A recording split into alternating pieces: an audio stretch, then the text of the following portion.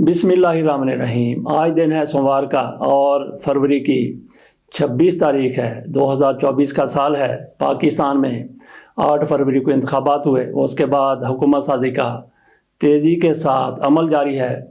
आज मरियम नवाज शरीफ साहिबा पंजाब की वज़ीर आला का इंतखाब लड़ेंगी। यकीनी तौर पर वो कामयाब हो जाएंगी, हलफ उठा लेंगी।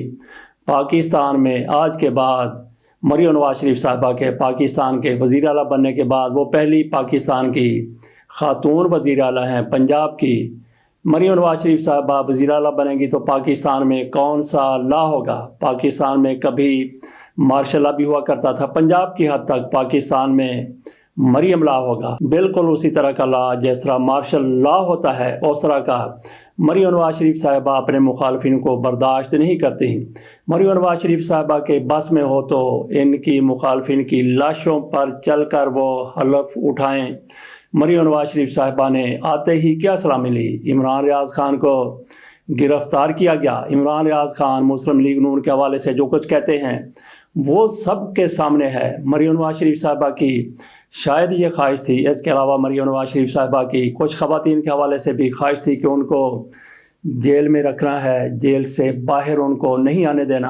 अब तक भी कुछ ख़वातीन जेल में बैठी हुई हैं। सनम जावेद उनमें थी, खदीजा शाह वो भी एक अरसा जेल में बंद रहीं। मरियम नवाज शरीफ साहिबा पंजाब के वज़ीर आला का आज हलफ उठा लेंगी तो पाकिस्तान में कभी मार्शल लॉ, कभी पंजाब की हद तक अब मरियम लॉ होगा। मरियम नवाज शरीफ साहिबा जिस तरह से अपने मुखालफिन के लिए अपने नज़रियात रखती हैं, जिस तरह का वो इजहार कर चुकी हैं, मियां नवाज शरीफ साहब की तरफ से कहा गया कि नौजवान नस्ल को गाली गलौज से, इंतशार से, नफरत से, बदतहज़ीबी से दूर रहना चाहिए। तो क्या मियां नवाज शरीफ का ये पैगाम बदतहज़ीबी के हवाले से ख़ुसूसी तौर पर मरियम नवाज के लिए भी है? और क्या वो अपने पापा की इस बात पर अमल भी करेंगी, जैसा उन्होंने कहा कि नौजवान नस्ल को बदतहज़ीबी से दूर रहना चाहिए? हो सकता है कि मरियम नवाज शरीफ साहिबा कहें कि ये तो नौजवान नस्ल के लिए है, मैं नौजवान नहीं हूँ, मैं तो एक ख़ातून हूँ। तो ये कहकर अपने बाबा की, अपने पापा की, अपने अब्बू की वो बात उस तरह से ना माने जिस तरह उनका बेटा, उनकी बेटियां और दीगर नौजवान मानेंगे। सदर आरिफ अलवी पर आज एक बार फिर मुस्लिम लीग नून की पीपल्स पार्टी की तोपों का रुख हो गया है। कहा जा रहा है कि सदर अलवी की तरफ से कौमी असम्बली का इजलास बुलाने से इनकार किया गया है। ऐसी कोई वजह नज़र नहीं आई, कोई ऐलान ऐसा सामने नहीं आया जिसको कहा जाए कि सदर अलवी ने कौमी असम्बली का इजलास बुलाने से इनकार किया है। बहरहाल उनकी तरफ से अभी तक समरी जारी करने से गुरेज किया जा रहा है जिसके मुताबिक इजलास होना है, जबकि ये लोग तो चाहते हैं कि कल 27 फरवरी को इजलास हो जाए और उसके बाद फिर सिलसिला उसी तरह से शुरू हो जाए जिस तरह से पंजाब में और होना भी चाहिए। क्यों नहीं होना चाहिए? सदर ने किया इजलास, क्यों नहीं बुलाया? अंदर की खबरें ये बाहर आ रही हैं। सदर कहते हैं कि पहले ईवान को मुकम्मल किया जाए, खसूसी नशिस्तों के हवाले से नोटिफिकेशन जारी किया जाए। खसूसी नशिस्तें क्या वो तहरीक इंसाफ के लिए मांग रहे हैं? पंजाब में क्या तहरीक इंसाफ को खसूसी नशिस्तें मिल गई हैं? सिंध में क्या मिल गई हैं?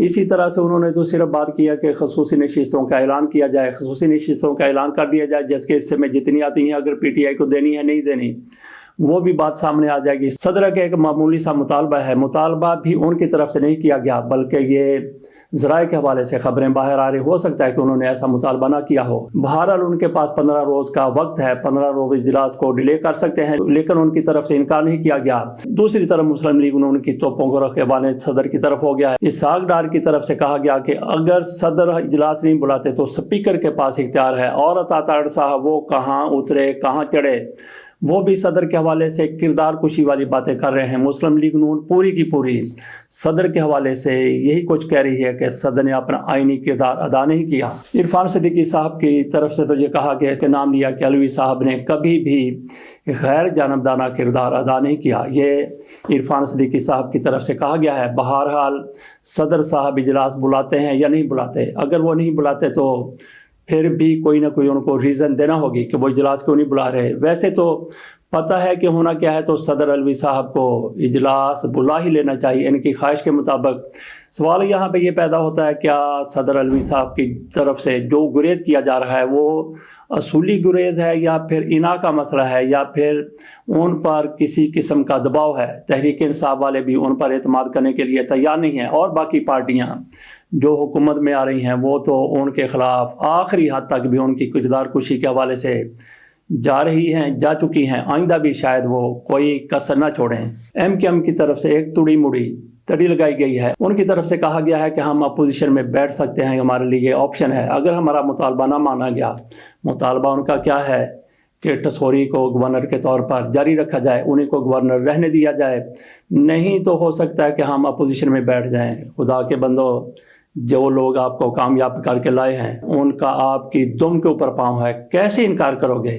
آپ نے حکومت میں بھی جانا ہے، وزارتیں بھی لینی ہے، وزارتوں کے لیے الگ سے انہوں نے لسٹ ایک دے دی ہے۔ دوسری طرف انہوں نے یہ تڑی لگا دی ہے کہ ہم ہو سکتا ہے کہ حکومت کا حصہ نہ بنے۔ کیسے حصہ نہ بنے؟ جنرل ضیاء الحق کی طرف سے کبھی کہا گیا تھا کہ یہ سیاستدان، پاکستانی سیاستدان، میں اشارہ کروں تو یہ میری طرف دم ہلاتے ہوئے چلے آئیں گے۔ اس فکرے کو اگر مہذب الفاظ میں ڈھالا جائے تو کچے دھاگے سے بندھے سرکار چلے آئیں گے۔ MQM والے بالکل ایسے ہی ہیں جیسے ہی ان کو اشارہ کیا جائے گا۔ ایک سیٹ نہیں تھی ان کی کراچی میں اور ابھی 17-18 ان کی سیٹیں ہیں، کیسے انکار کریں گے ان کو جنہوں نے اس مقام تک پہنچایا ہے؟ بہرحال تڑی لگا رہے ہیں اپنا بھاؤ مول تول بڑھانے کے لیے۔ اگر کوئی اور گورنر آ گیا تو کیا سندھ میں کیا ہو جائے گا؟ آپ کی اتنی وزارتیں کیا وہ کم منافع بخش ہیں؟ ادھر احتساب عدالتوں کا بھی تہیہ پانچا کیا جا رہا ہے، ان کا بھی کریا کرم کیا جا رہا ہے۔ 4 پشاور کی خصوصی عدالتوں کا خاتمہ کر دیا گیا ہے۔ حکومت نے نوٹیفیکیشن جاری کر دیا ہے نگران حکومت کی طرف سے، انہی کے مشورے سے جنہوں نے ابھی اقتدار میں آنا ہے۔ 4 احتساب عدالتیں ختم کر دی گئی۔ عمران خان 120 مزید عدالتیں بنانا چاہتے تھے، احتساب عدالتیں، تاکہ احتساب کا نظام تیز ترین ہو جائے۔ یہ لوگ آئے، انہوں نے اپنے کیسز ختم کیے اور اب 4 عدالتیں ختم کر دی ہیں۔ باقی بھی جو رائے جائیں گی ان کو بھی یہ نئی آنے والی حکومت جس نے ان عدالتوں سے اپنے فیصلے کروا لیے، اب ان کو اس کی ضرورت نہیں رہی، تو یہ باقی کا بھی کریا کرم کرتے ہوئے نظر آ رہے ہیں۔ ادھر جسٹس عامر فاروق صاحب گل حسن اورنگزیب صاحب کو ساتھ لے کر انصاف کا ترازو پکڑیں گے۔ ان کے سامنے سائفر کیس ہوگا، ان کے سامنے توشہ خانہ کیس ہوگا، اور ان کے سامنے یہ جو عمران خان کو، بشرا بیگم کو اور شاہ محمود قریشی کو سزائیں ہو چکی ہیں، یہ کیس ان کی عدالت میں جا رہا ہے۔ ان سزاؤں کو چیلنج کیا گیا ہے۔ جسٹس عامر فاروق صاحب گل حسن اورنگزیب صاحب کے ساتھ مل کر عمران خان کو انصاف دینے کی کوشش کریں گے۔ آج انصاف آپ کو اسلام آباد کی عدالت میں ناچتا ہوا نظر آئے گا۔ سائفر کیس میں، توشہ خانہ کیس میں سزائیں ہیں عمران خان کو، بشرا بیگم کو اور شاہ محمود قریشی کو۔ فیصلہ کیا ہو سکتا ہے؟ جسٹس عامر فاروق نے کیس لے لیا ہے تو اندازہ بھی کر لیں آج کیا بات ہوگی، آگے جا کر کیا فیصلہ ہوگا۔ بالکل یہ ایسا فیصلہ ہے جس کو نوشتہ دیوار کہتے ہیں۔ اس کے ساتھ اجازت دیجیے، اللہ حافظ۔